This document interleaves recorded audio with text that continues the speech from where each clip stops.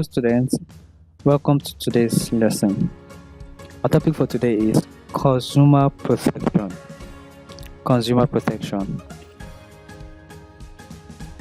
In this class, we'll be looking at the meaning of consumer protection, the need for consumer protection, and government legislations on consumer protection.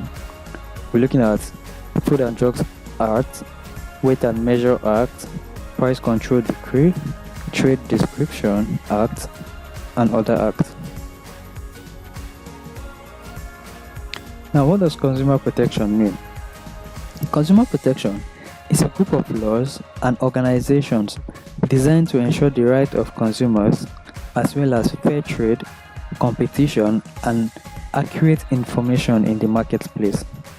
The laws are designed to prevent businesses that engage in fraud or specific unfair practices from gaining an advantage over competitors. They may also provide additional protection for those most vulnerable in the society. Consumer protection laws are a form of government regulation that aim to protect the right of consumers. For example, the government may require businesses to disclose detailed information about their products, particularly in areas where safety or public health is concerned, such as food, drugs, etc. Now let's take a look at why consumers need to be protected. That is, reasons for consumer protection. 1. The unfair trading practices of businessmen. 2. Inability of consumers to assess claims of advertisers. 3. Ignorance of consumers that products may endanger their life or health. 4. It is necessary to safeguard the religious beliefs of consumers and ignorance of consumers of their rights.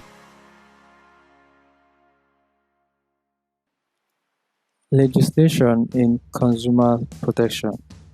In order to protect consumers, the government put in place various laws or legislations to protect consumers, which include Food and Drug Act of 1955, Weight and Measure Act of 1963, Price Control Act of 1970, also have the Trade Description Act of 1968, we have the Standard Organization Decree of 1971, and we have the Hire Purchase Act of 1975, Sales of Goods Act of 1893, and we have the Rent Edict.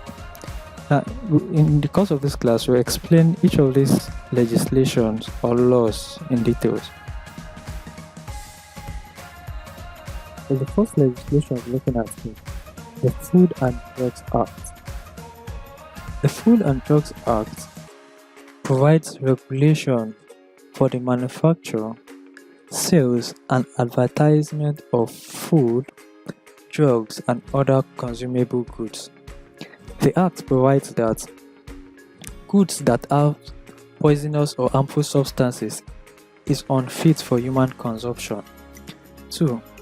Adulterated goods or drugs must not be sold. 3.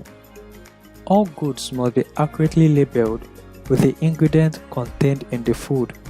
4. The Act allows for environmental health officers to disclose any premises which sells unfit food products. This Act has been amended by various food hygiene laws which maintain how food products are prepared in restaurants and public places. But the underlying legality of the Act remains. The next Act is looking at Weight and Measure Act of 1963. Under this Act, it is illegal for businesses and manufacturing firms to sell goods which are not to the specific weight or measure as described on their packaging. So, manufacturers can get away slightly with powdered goods as they can state that the goods may settle under transportation. 3. Standard weight and measure systems are used. The Act makes sure that manufacturers and businesses use standard weight and measure systems.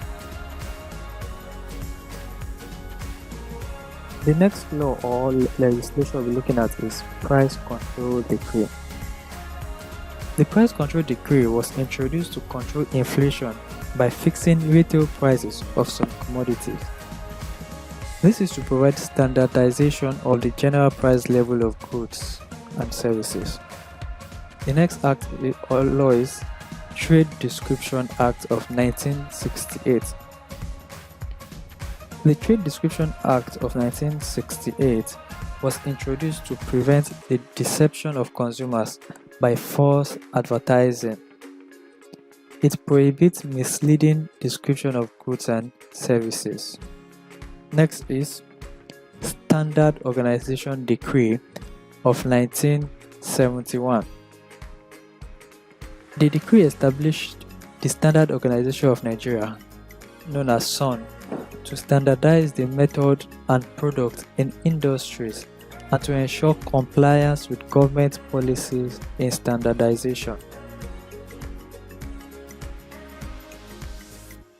The next law we're looking at is Hire Purchase Act of 1975.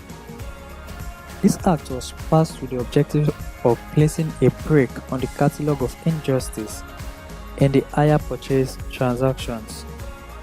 It provides the requirements relating to hire purchase and credit sales agreements. Next law we're looking at is Rent Edict.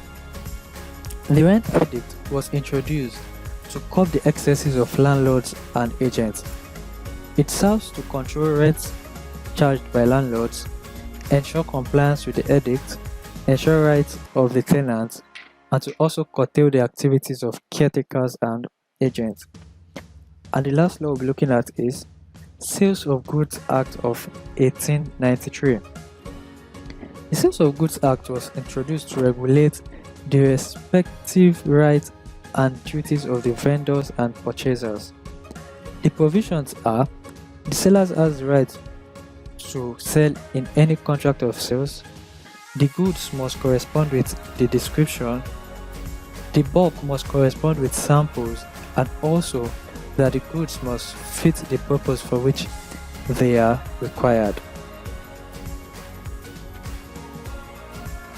In this class, you've heard me say Act and Decrees.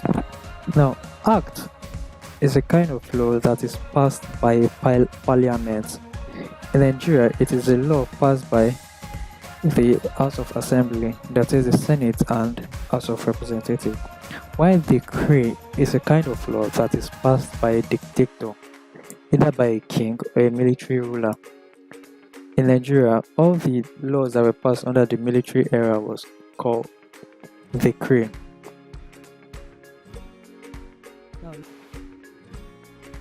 Now let's move on to exercise. Question 1. Define consumer protection. Question 2. State 5 reasons why a Nigerian consumer needs protection. Question 3.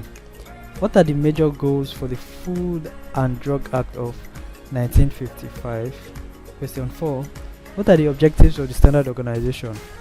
And question 5. Write short note on the following government legislations. 1. Sales of Goods Act. 2. Rent Edict. And 3. Hire Purchase Act.